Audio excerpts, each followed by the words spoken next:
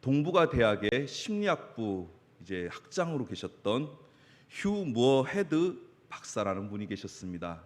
이제 이분이 250명의 지식인들에게 편지를 보냈습니다. 뭐 과학자, 의사, 작가, 그리고 기업인들, 또 상담학자, 뭐 대학 교수들, 이런 사람들한테 250명을 뽑아 이제 편지를 보내는데요. 그 편지의 내용이 무엇이냐? 인생의 목적이 무엇인지 답변을 적어 보내주십시오 하는 그 편지 내용이었습니다. 그래서 이 250명의 지식인들로부터 이 편지의 답장을 다 받아 이제 책을 냈는데요. 이 책을 출간했는데 책의 내용을 보면 너무나도 참 아쉽기 그지없는 그런 내용들이었습니다. 이 책의 내용들을 볼 때 어떤 사람은 나는 인생의 목적에 대해서 한 번도 생각해 본 적이 없었는데 박사님의 이 편지를 받으면서 드디어 인생의 목적이 무엇인가에 대해서 고민하게 됐습니다라고 답을 쓰신 분도 계셨고, 또 어떤 분은 나는 솔직히 인생의 목적이 무엇인지 잘 모르겠네요. 우리 무어헤드 박사님이 그 답을 좀 알려주십시오라고 이렇게 답을 주신 분도 계셨고, 또 어떤 분은 이름만 들어도 잘 알만한 상담학자인데 그분께서는 인생의 목적 참 그것이 무엇인지는 모르지만 그 의미는 귀하다고 봅니다.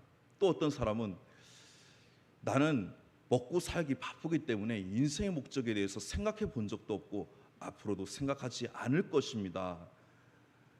이런 식으로 정말 그 기대에 어긋나는 그런 답변의 내용들을 사람들이 보내온 것입니다. 이런 내용들을 볼 때 어떻게 세상에 지식인들이라는 사람이 고작 이 인생의 목적에 대한 답변을 이렇게밖에 못할까라는 그런 이제 아쉬움을 나타낼 수밖에 없었습니다. 어쩌면 이 지식인들의 답변이 단순히 이분들만의 문제가 아니라 오늘날 인생을 살아가는 모든 사람들의 동일한 문제일 수도 있겠다라는 생각을 해봅니다. 우리는 인생의 목적에 대해서 분명히 그 목적을 찾아야 됩니다. 특별히 예수를 믿고 신앙생활하며 살아가는 사람이라면, 이 땅을 믿음으로 살아가고 있는 사람이라면 인생의 목적을 반드시 가져야 되는 것이죠. 그렇다면 우리의 인생의 목적은 어디에 있을까요? 그것은 바로 하나님이 우리에게 주신 그 말씀 속에서 해답을 찾아야 되는 것이죠. 그 해답은 오늘 저와 여러분이 읽은 그 에베소서 2장 10절 말씀에 그 해답이 있습니다.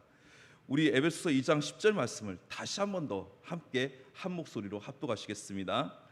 우리는 그가 만드신 바라 그리스도 예수 안에서 선한 일을 위하여 지으심을 받은 자니 이 일은 하나님이 전에 예비하사 우리로 그 가운데서 행하게 하려 하심이니라. 아멘. 아주 명확한 답변이죠. 그리스도 예수 안에서 선한 일을 위하여 지으심을 받았다라고 우리의 인생의 목적에 대해서 분명히 가르쳐 주고 있습니다. 그렇다면 우리의 인생의 목적을 우리가 이대로 제대로 살아가고 있나요? 이 목적을 가지고 올바로 이 땅을 살아가고 있나요? 한번 질문해 볼 때 사실 그렇지 못하다, 그렇다, 어떻게 딱 부러지게 대답하기 어려울 것입니다. 아쉽게도 사탄은 우리의 이러한 인생의 목적을 희석시키기 위해서 끊임없이 우리에게 죄악을 주입시킴으로 인해 하나님의 귀한 도구로 쓰임받을 수 있는 우리를 졸작품으로 전락시켜 버렸습니다. 그 내용의 말씀이 오늘 우리가 읽은 본문의 훨씬 앞에 있는 에베소서 2장 3절 말씀에 있습니다. 그 말씀을 보면 전에는 우리도 다 그 가운데서 우리의 육체의 욕심을 따라 지내며 육체와 마음에 원하는 것을 하여 다른 이들과 같이 본질상 진노의 자녀이었더니 라고 말씀하고 있죠. 그렇습니다. 사단은 하나님의 걸작품으로 하나님의 귀한 뜻을 위하여 지음받은 우리를 졸작품으로 만들기 위해 끊임없이 죄악을 심어넣어 결국 그렇게 졸작품으로 전락시켜버렸습니다. 그러나 하나님께서 그러한 상황 가운데 우리에게 역전의 은혜를 허락하셨죠. 바로 하나뿐인 아들 독생자 예수 그리스도를 우리에게 보내주심으로 말미암아 그분이 십자가에서 피 흘려 죽으심으로 그 피로 우리는 구원을 받아 하나님의 걸작품으로 재창조되었습니다.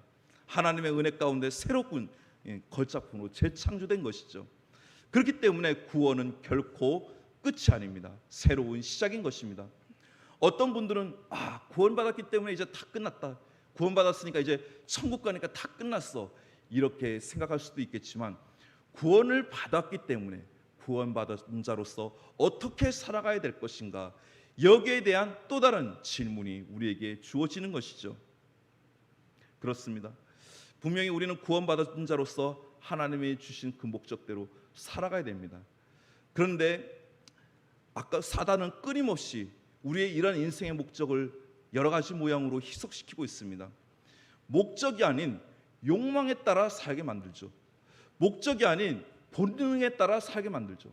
마치 짐승처럼 그렇게 목적이 없이 본능에 따라 살게 만들고 있습니다. 토마스 칼 리일이라는 사람은 목적이 없는 사람은 키 없는 배와 같다, 한낱 떠돌이요 아무것도 아닌 인간이라 부를 수 없는 사람이다라는 명언을 남겼습니다. 그렇죠. 목적 없이 사는 인생은 키 없이 정처 없이 떠돌아다니는 그 배와 같은 것입니다. 욕망에 사로잡혀 사는 사람들의 삶의 모습은 어떠합니까? 자신의 인생을 허구한 데 낭비합니다. 헛된 곳에 투자합니다. 헛된 곳에 자신의 모든 시간을 다 쏟습니다. 그래서 결국에는 남는 것이 허무함밖에 없는 것이죠. 좋은 차를 타보면 행복할까? 맛있는 음식을 먹으면 좀 행복할까? 좋은 집에 살면 좀 행복해질까? 승진하면 행복해질까? 많은 돈을 벌면 행복해질까? 좋은 사람들을 만나면 행복해질까? 이런 식으로 자꾸 본능에, 욕망에 자신의 모든 인생을 끌고 가게 만들고 있습니다. 솔로몬은 전도서를 통해 자신이 누린 부귀영화, 그리고 자신이 하고 싶었던 모든 것들을 다 해보았지만 결국에는 모든 것이 허무하다, 하나님 없는 인생은 결국에는 허무하다라고 그는 전도서에서 고백하였습니다. 사랑하는 여러분, 저와 여러분이 지금까지 인생을 살아오면서 혹이라도 목적 없이 살아왔다면 앞으로 남은 우리의 인생이 더욱더 하나님의 은혜 가운데 복되고 은혜롭고 정말 활기찬 인생이 되기 위해서는 오늘 이 말씀을 찾아 다시 한 번 더 우리의 목적을 회복할 수 있는 저와 여러분이 될 수 있기를 주님의 이름으로 간절히 축복합니다. 에베소서 2장 10절에 우리는 그가 만드신 바라 말씀하고 있죠. 구원을 통해 재창조된 인생은 반드시 목적을 가지고 살아가야 됩니다. 그렇습니다. 하나님께서 우리를 만드셨습니다. 여기에 이렇게 아름다운 악기들이 있습니다. 이 아름다운 악기들, 멋진 연주가들이 연주를 할 때 악기로서의 가치가 있는 것이죠. 그 연주가들이 연주를 함으로써 아름다운 음률을 낼 때 악기로서의 가치가 있는 것입니다. 그런데 아무리 명품 악기를 할지라도 이 악기를 연주할 사람이 없다면, 연주할 연주가가 없다면 이 악기는 무용지물, 골동품으로 전락할 수밖에 없는 것이죠. 우리 인생 또한 마찬가지입니다. 우리가 잘났냐 못났냐 이것이 중요한 것이 아닙니다. 누가 우리를 쓰시느냐, 이것이 중요한 것이죠. 다니엘서를 보면 바벨론의 느부갓네살 왕과 벨사살 왕, 다리오 왕, 이런 왕들이 등장하죠. 이 왕들 얼마나 대단합니까? 그 찬란한 문명 속에서 엄청난 권력을 누렸던 사람들이기 때문에 역사적으로 사람들은 이 왕들이 대단하다고 평가할 것입니다. 그러나 하나님의 관점은 달랐습니다. 하나님은 이 왕들에게 관심을 갖지 않고 이 왕들과 같이 일하는 다니엘의 모든 초점을 맞추고 계셨습니다. 어쩌면 이 왕들은 다니엘의 생애를 뒷받침하기 위해서 하나의 조연으로 그냥 쓰시고 끝내셨지만, 하나님께서 스포트라이트를 비추면서 관심을 가졌던 인물은 바로 다니엘이었습니다. 지위와 상관없이 다니엘은 하나님 앞에 포로 시대 때 귀하게 쓰임받았던 인물이었습니다. 저와 여러분의 어떤 위치나 지위, 포지션이 결코 중요하지 않습니다. 누가 나를 쓰시느냐, 누가 나와 함께 하시느냐, 그것이 더 중요한 것입니다. 내가 아무리 말단 사원이라 할지라도 하나님이 나를 그 직장에 보내셨다면, 하나님이 나를 그 직장에서 사용하신다면 나는 그 직장의 CEO 이상으로 정말 하나님이 주신 강권한 영권으로 거기서 놀랍게 쓰임받고 있는 것이죠. 성경에 많은 사람들이 귀하게 쓰임받았습니다. 그렇게 많이 쓰임받은 사람들 중에 처음부터 끝까지 마라톤에 완주한 것처럼 쓰임받은 사람을 한 명 꼽으라면 바로 사도 바울입니다. 사도 바울은 무엇보다 정말 신약 성경의 바울 서신, 신약 성경에서 어떻게 보면 이 사도 바울을 빼놓고는 이야기를 할 수 없을 정도로 많은 부분을 기록을 했습니다. 어떻게 사도 바울이 하나님께 이렇게 멋지게 귀하게 쓰임 받을 수 있었을까요?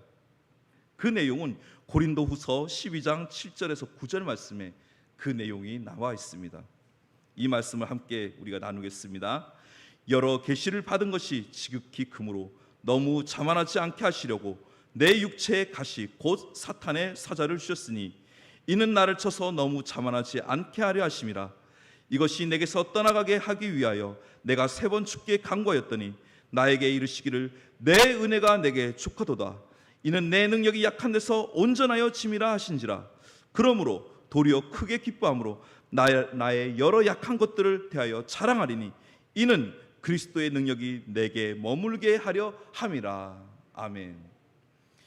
하나님께서는 사도 바울에게 이는 내 능력이 약한 데서 온전하여 진다라고 분명히 말씀하고 있습니다. 세상적인 기준으로는 도저히 이해가 되지 않습니다. 어떻게 약한 데서 온전하여 진다라는 고백을 할 수가 있을까요? 우리가 하나님께 많은 제목을 놓고 기도를 합니다. 하나님, 이거 해결해 주세요. 저거 해결해 주세요. 이거 치워주세요. 저거 치워주세요. 많은 부분들을 놓고 기도하죠. 때로는 하나님께서 우리의 기도에 응답하지 않을 때가 있으십니다. 내 기도를 듣고 계시는지, 정말 하나님께서는 살아계시는지 의심스러울 정도로 내 기도에 응답하지 않는 것 같은 그런 느낌을 받을 때가 있습니다. 그런데 오늘 사도 바울은 분명히 하나님께서는 사도의 바울이 원하는 대로 응답하시지 않으셨습니다. 그럼에도 불구하고 사도 바울은 그러므로 도리어 크게 기뻐한다라고 오늘 이 고린도후서 12장에서 고백하고 있습니다. 아니, 자신의 원하는 뜻대로 응답하지 않았는데 어떻게 기뻐한다라는 고백을 할 수 있었을까요? 그것은 단 한 가지입니다. 나의 뜻대로 응답되지는 않았지만, 내가 원하는 대로 응답되지 않았지만 더 깊고 더 크고 놀라우신 하나님의 뜻이 나에게 이루어지고 있음을 내가 믿었기 때문에, 깨달았기 때문에 도리어 기뻐한다라고 그가 고백할 수 있었습니다. 사랑하는 여러분, 혹여라도 나의 원대로, 나의 뜻대로 기도 응답이 되지 않는다고 무조건 실망할 것이 아니라, 내가 알지 못하는 더 크고 놀라운 하나님의 계획이 내가 보이지 않는 곳에서, 내가 느끼지 못하는 곳에서 지금 일어나고 있지는 않는가, 여기에 대해서 영적으로 민감하게 반응하시면서 설사 내 뜻대로 기도 응답이 이루어지지 않는다 할지라도 주님, 나는 알 수 없지만 하나님의 뜻대로, 하나님의 방법대로 응답하여 주시옵소서라고 성숙한 기도를 드릴 수 있는 저와 여러분이 될 수 있기를 주님의 이름으로 축복합니다. 바울처럼 하나님께 멋지게 쓰임받는 것은 복이죠. 우리는 모든 것이 갖추어져 있어야만 멋지게 쓰임받는다고 생각합니다. 스펙도 있어야 되고, 학력도 있어야 되고, 기술도 있어야 되고, 뭐 기왕이면 외국어도 잘해야 되고, 이것도 잘해야 되고, 저것도 잘해야 되고, 이래야 또 건강도 받쳐줘야 되고, 이래야만 쓰임 받을 수 있다라고 생각할 수 있습니다. 그러나 성경에서는 그렇게 말씀하고 있지 않습니다. 세상에서는 약한 모습 보이면 무조건 아웃이죠. 퇴출 대상이죠. 배려가 없습니다. 그러나 사도 바울은 이 부분에 대해서 역행해서 고백하고 있죠. 고린도후서 12장 10절에서는 내가 약한 그때의 강함이라 라고 고백하고 있습니다. 어떻게 이러한 고백을 할 수 있을까요? 내가 약해지면 약해질수록 나의 모든 것들이 다 사라지고, 위로부터 오는 하나님의 능력과 위로부터 오는 하나님의 은혜가 나를 에워싸기 때문에 나는 오히려 더 강해질 수 있다. 이 진리를 깨달았기 때문에 사도 바울은 내가 약한 그때 강함이라고 고백할 수 있었습니다. 사랑하는 여러분, 그렇습니다. 아까도 제가 말씀드렸지만 우리가 어떠한 존재냐, 이것이 중요한 것이 아니죠. 누구에게 쓰임 받느냐, 누구의 손에 내가 붙잡혀 있느냐, 그것이 더 중요한 것이죠. 삼손이 블레셋 군인 1000명을 죽일 때 썼던 무기가 무엇이었습니까? 뭐 화려한 화기가 강한 무기였습니까? 뭐 엄청난 좋은 무기였습니까? 아니에요. 나귀 턱뼈였습니다. 나귀 턱뼈 얼마나 보잘것없습니까? 근데 삼손의 손에 그 나귀 턱뼈가 들려지니까 그 보잘것없는 나귀 턱뼈가 블레셋 군인 1000명을 쓰러뜨렸습니다. 사실상 그 나귀 턱뼈는 삼손이 쓴 게 아니라 하나님께서 쓰신 것입니다. 오병이어, 한 소년이 먹을 수 있는 도시락 한 개였습니다. 떡 5개와 물고기 2마리, 한 소년의 그냥 도시락에 불과했습니다. 근데 그 도시락을 우리 예수님께 올려드리니까 남자만 5,000명, 여자와 아이까지 다 합치면 2만 명 가까운 수많은 사람들이 배불리 먹고 남을 정도로 풍족한 양식으로 쓰임받을 수 있었습니다.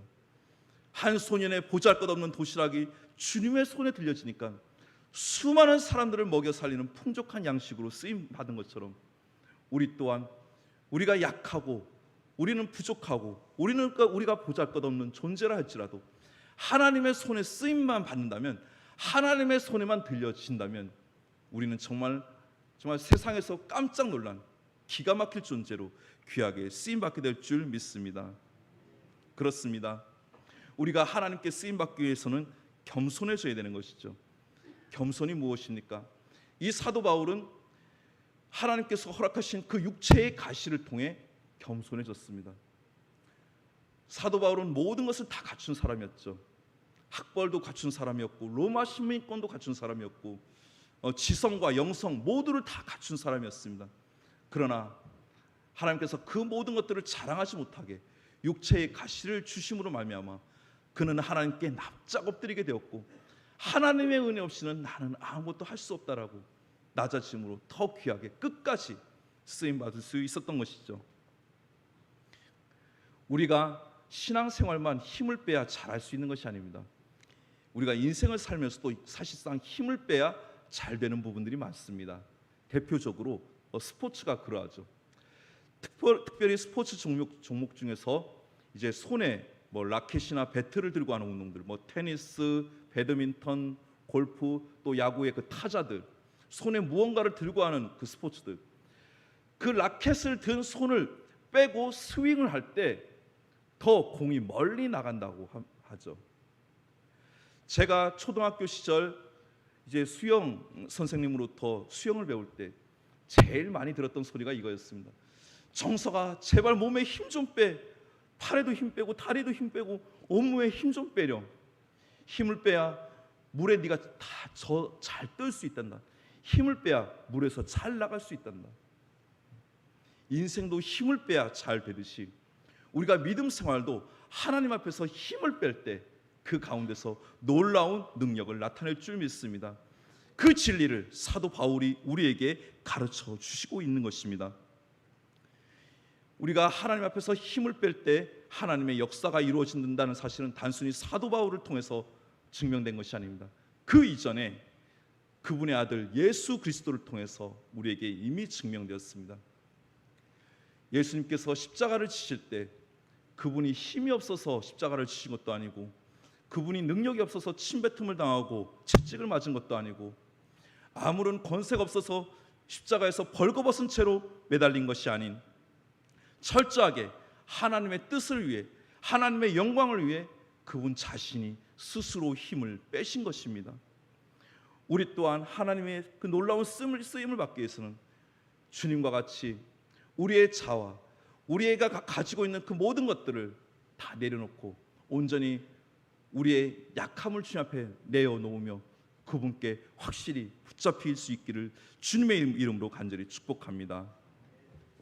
호주의 동기부여 연설가 중에 닉 부이치치라는 사람이 있습니다. 이 사람은 태어날 때부터 팔과 다리와 그 몸에 하체가 없는 말 그대로 장애의 아로 태어났습니다.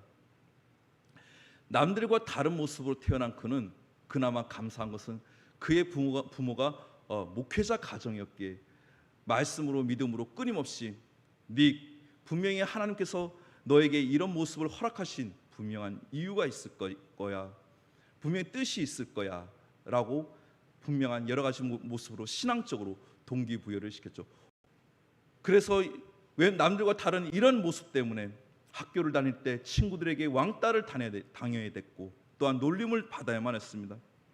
그는 8살 때부터 하나님께 이런 기도를 드렸다고 합니다. 하나님은 살아계시잖아요. 하나님은 전능하시잖아요. 하나님은 다 하실 수 있잖아요. 그렇다면 저에게도 다른 사람들처럼 팔과 다리를 붙여주세요.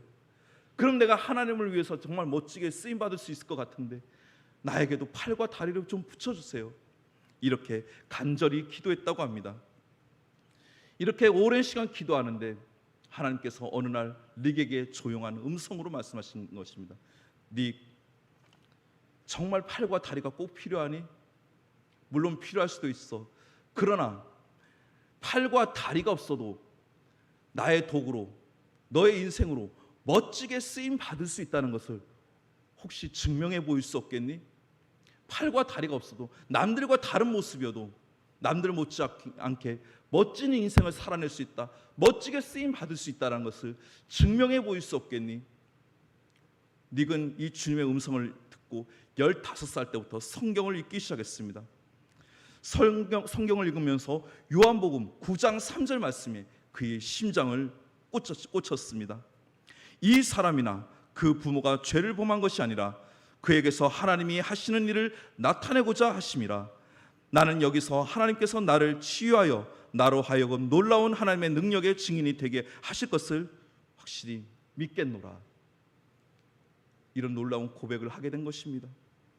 그때부터 닉은 자신의 모든 삶을 하나님께 헌신하기로 결정했습니다.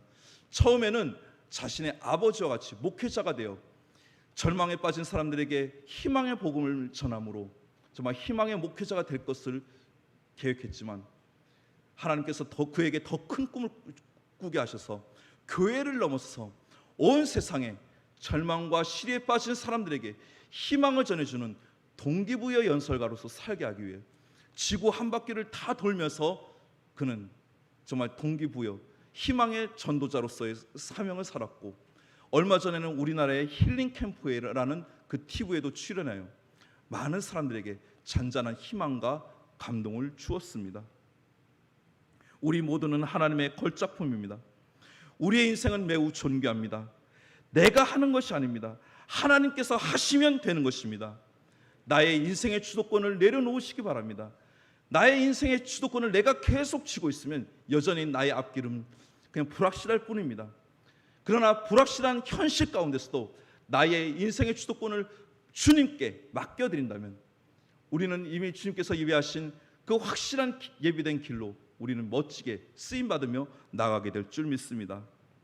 고린도전서 15장 9절에서 10절 말씀에 나는 사도 중에 가장 작은 자라. 나는 하나님의 교회를 박해하였으므로 사도라 칭함받기를 감당하지 못할 자니라. 그러나 내가 나된 것은 하나님의 은혜로 된 것이니 내게 주신 그의 은혜가 헛되지 아니하여 내가 모든 사도보다 더 많이 수고하였으나 내가 한 것이 아니요 오직 나와 함께 하신 하나님의 은혜로라. 사도 바울의 이 고백 가운데 자신의 잘남을 나타내는 모습들이 보이나요? 자신의 학력을 나타내는 모습들이 보이나요? 모든 것이 다 하나님의 은혜라고 고백하고 있습니다. 그렇습니다. 모든 것이 다 하나님의 은혜입니다. 지금까지 우리가 여기까지 살아올 수 있었던 것도 모든 것이 다 하나님의 은혜인 것이죠. 하나님의 은혜로 우리는 여기까지 왔습니다. 그렇다면 우리가 하나님께 어떻게 쓰임받으면 될까요? 어렵게 생각하실 필요가 없습니다. 하나님께서 우리에게 허락하신 그 일상 가운데서 그 주어진 일을 묵묵히 감당하는 것, 그것이 하나님께 쓰임받는 것입니다.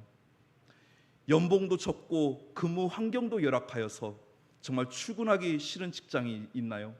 그런 직장이라 할지라도 그곳에 하나님께서 나를 보내셨다면 내가 믿음으로 충성되이 감당하는 것입니다. 내가 최선을 다해 감당하고 그곳에 있는 직원들과 상사들과 아름다운 관계를 맺어가면서 그 일들을 감당할 때 하나님께서는 우리에게 그곳에서 또 다른 열매를 맺게 하실 것입니다. 하나님께서 나에게 특별히 다른 길을 열지 않는 이상 내가 지금 서 있는 곳, 내가 거하고 있는 그 자리가 하나님께서 허락하신 자리심을 믿으시기 바랍니다. 작은 일에 충성할 때 큰 것도 주님께서 맡기신다 하였습니다. 또 우리 권사님들 중에 이제 요즘 젊은 부모들이 이제 맞벌이를 많이 하시니까 이제 손주를 봐주시는 우리 권사님들 많이 계시잖아요. 그 손주 봐주시는 건 얼마나 힘듭니까? 제가 맡고 있는 교구에도 이 손주를 봐주시는 권사님들이 많이 계신데 제가 권사님 한 분 중에 이렇게 물었습니다. 권사님, 그 손주 봐주시는 거 많이 힘드시죠? 근데 이 권사님의 대답은 예외였습니다. 아닙니다, 목사님. 저는 너무나 감사하고 너무나 행복합니다. 왜냐하면 저에게 맡겨진 이 손주는 앞으로 한국교회와 대한민국을 짊어지고 갈 다음 세대입니다. 저는 이 다음 세대를 양육하는 마음으로 저희 손주를 보고 있습니다. 이 손주에게 날마다 말씀을 읽어주고 있고, 이 손주에게 날마다 성경 이야기를 들려주고 있고, 이 손주의 머리에 손을 얹고 저는 날마다 축복 기도를 하고 있습니다. 다음 세대에 하나님이 쓰시는 멋진 도구가 되라고 저는 그렇게 손주를 축복하며 기도하고 있습니다. 제가 그 말씀을 들으면서 얼마나 감사했는지 모릅니다. 그러한 소소한 작은 것들이 다 하나님께 쓰임 받는 것입니다. 뭐 어떤 대단한 일을 한다고 해서 하나님께 쓰임 받는 것이 아닙니다. 사랑하는 여러분, 저와 여러분이 남은 생에 더욱더 하나님께 귀하게 쓰임 받기를 원합니까? 그러면 사도 바울과 같이 더욱더 하나님 앞에서 겸손해지시기 바랍니다. 힘을 빼시기 바랍니다. 나의 나의 생각을 모두 내려놓고 하나님께 붙잡힌 바 된 아름다운 인생이 될 수 있기 바랍니다. 그리고 위로부터 나에게 부어주실 하나님의 은혜를 구하시기 바랍니다. 그 은혜를 구할 때 그 은혜를 통해서 우리의 삶 가운데 하나님께서 우리가 알지 못하는 크고 비밀한 일들을 이루어 하나님이 허락하신 멋진 도구로 아름답게 우리를 사용할 줄을 주님의 이름으로 간절히 축복합니다.